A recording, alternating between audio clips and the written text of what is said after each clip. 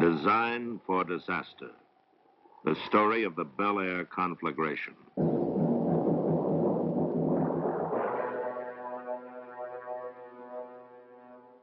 Santa Ana. Indians named it Santana, the devil wind. When it blows, plants wither, trees and brush become crackling dry, atmosphere grows tense, oppressive.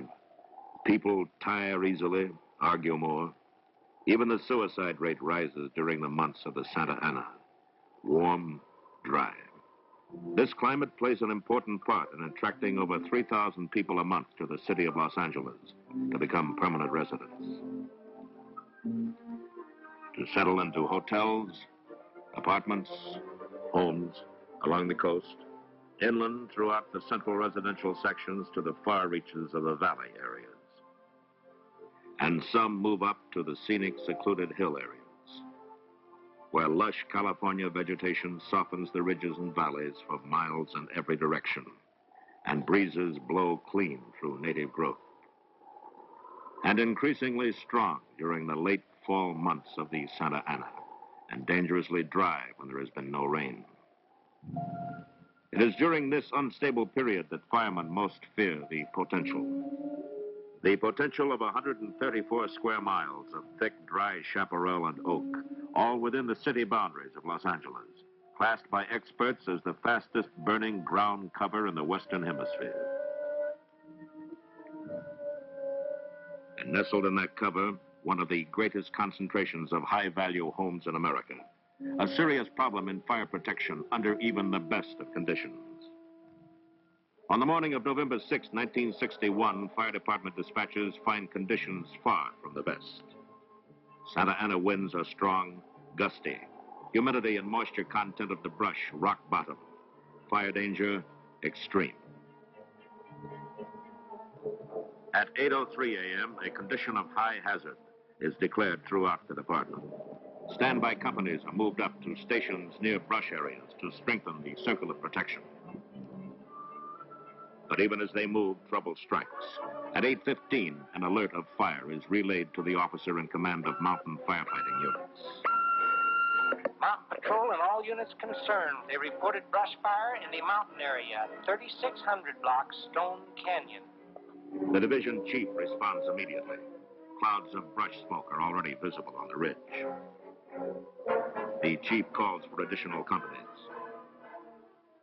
The fire, starting from its point of origin north of Mulholland on Stone Canyon, spreads out along canyon walls in three directions. First arriving units succeed in stopping it on the north, east, and west flanks before it reaches threatened homes. But there is no stopping it on the south. Winds are driving the flames fast and hard toward Mulholland. The chief declares a condition of major emergency. The master plan of defense against a serious brush fire begins. Support from air tankers is requested. 15 additional engine companies roll out. All key personnel are alerted and special mountain firefighting equipment dispatched. Deputy and division chiefs move up to take command of field units as radio messages crackle in. The fire is over the top. It's heading straight down Stone Canyon. Engine 31, 45, 46, and 67 move directly into the fire.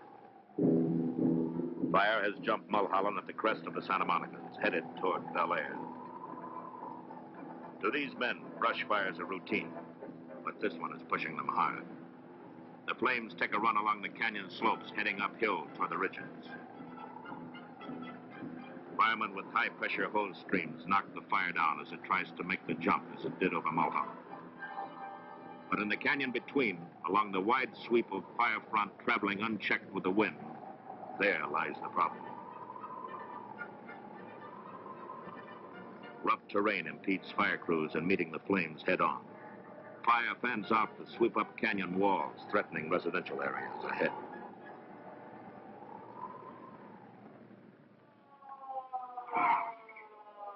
Chief Engineer William Miller arrives at Command Post Headquarters to take charge of fire operations. A quick size-up of conditions prompts him to order everything available into the fire.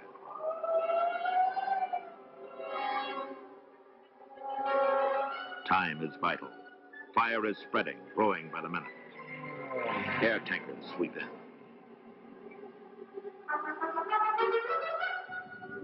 Fire danger is compounded by ground winds, the Santa Ana, driving through at 50 miles an hour to hurl burning brands ahead of the main front. 100, 200, 300 feet ahead, other blazes are starting, spot fires that appear from nowhere. All off-duty firemen are recalled to hold back what may come if the wind plays tricks. And the wind does. Embers blow ahead of the fire to fall on the opposite side of Roscommon. Fire is now west of Stradella, out of Stone Canyon. Fire officers alert the command post to the new outbreak. On top of Stradella, I can see the fire on the west side of Roscommon. It has jumped at least 500 feet further south. Fire has jumped Roscommon at about Donella and Roscommon. It's now out of control. Responding apparatus is directed in by helicopter. Defense forces are split once again to handle the two additional fronts. As equipment and manpower thin out, fire grows with the wind, and flames begin spreading at the rate of 13 acres per minute. Tactics change from offense to defense. Fire crews are directed to positions between structures and the approaching fire to begin the necessary technique of hit-and-run firefighting. Get ahead of the fire. Take a stand. Knock it down. Move ahead again. Always stay ahead of the fire.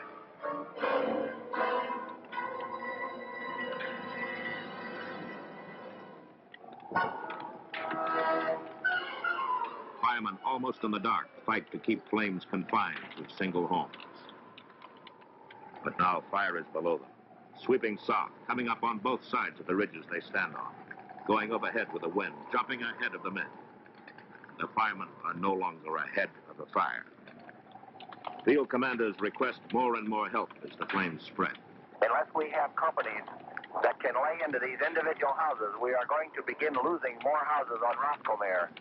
It has already jumped Brenda Flora going towards Sepulveda. There's houses going on both sides of the street in the 1700 block Roscommon. There are about 15 houses involved at the corner of Anzio Road and Roscommon. We're dispatching everything we have. But everything is not enough. Badly needed help has come from county firefighting units. 22 of their engine companies and patrol rigs are at the fire. 10 more are on the way. Cat operators work directly ahead of the flames to stop their advance. 23 surrounding municipalities roll out to fill vacated Los Angeles stations to cover for city companies that have moved into the fire. Fire officials decide where residents may remain, where they may not. Decisions are based on the prime consideration in any fire, safety to human life. Ahead of the fire, police officers are hard-pressed to control the evacuation of residents. While they work, radios blare out messages of trouble. In Gator Canyon, we need police assistance here to evacuate these people.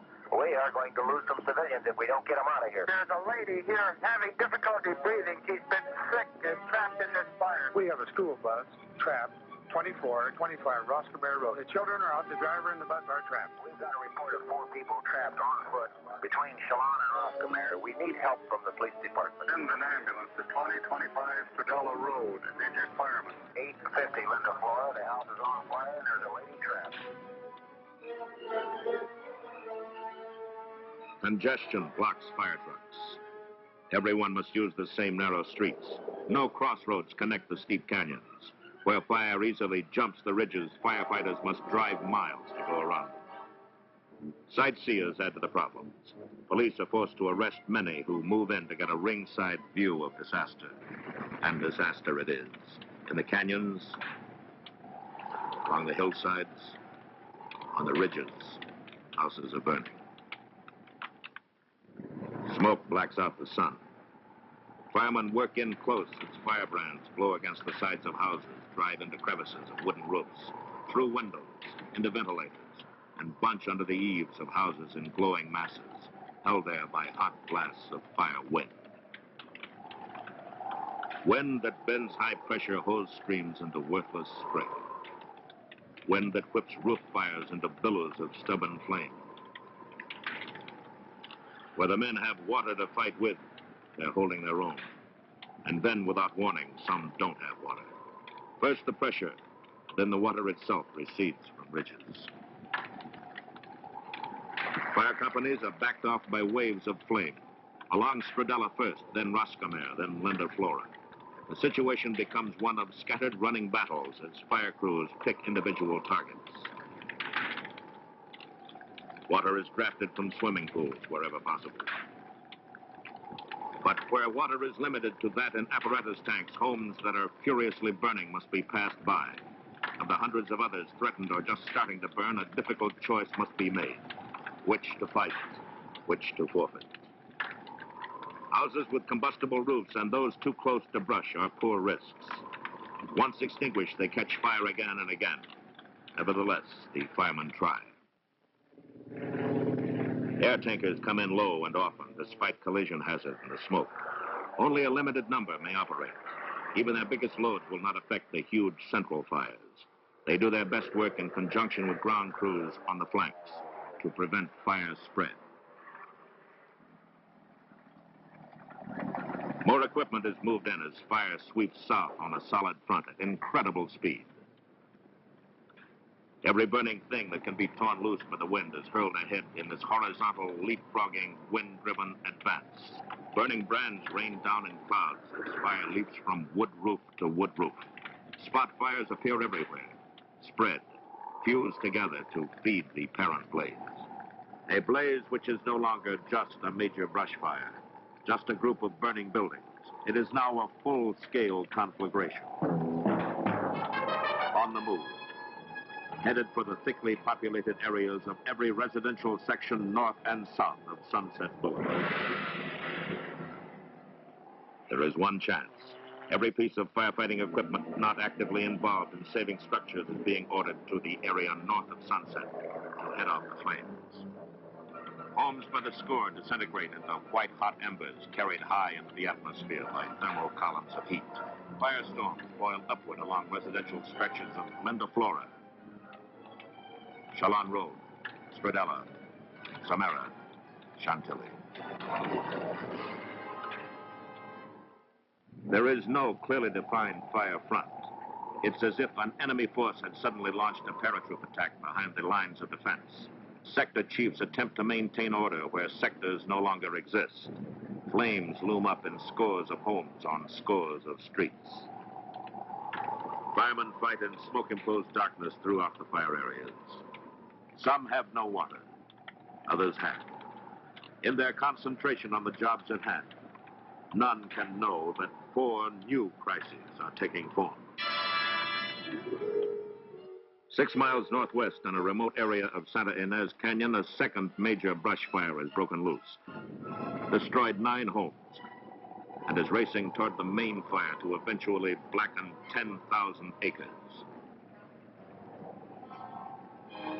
Companies are pulled from Upper Stone Canyon to help counter units fight the new blaze.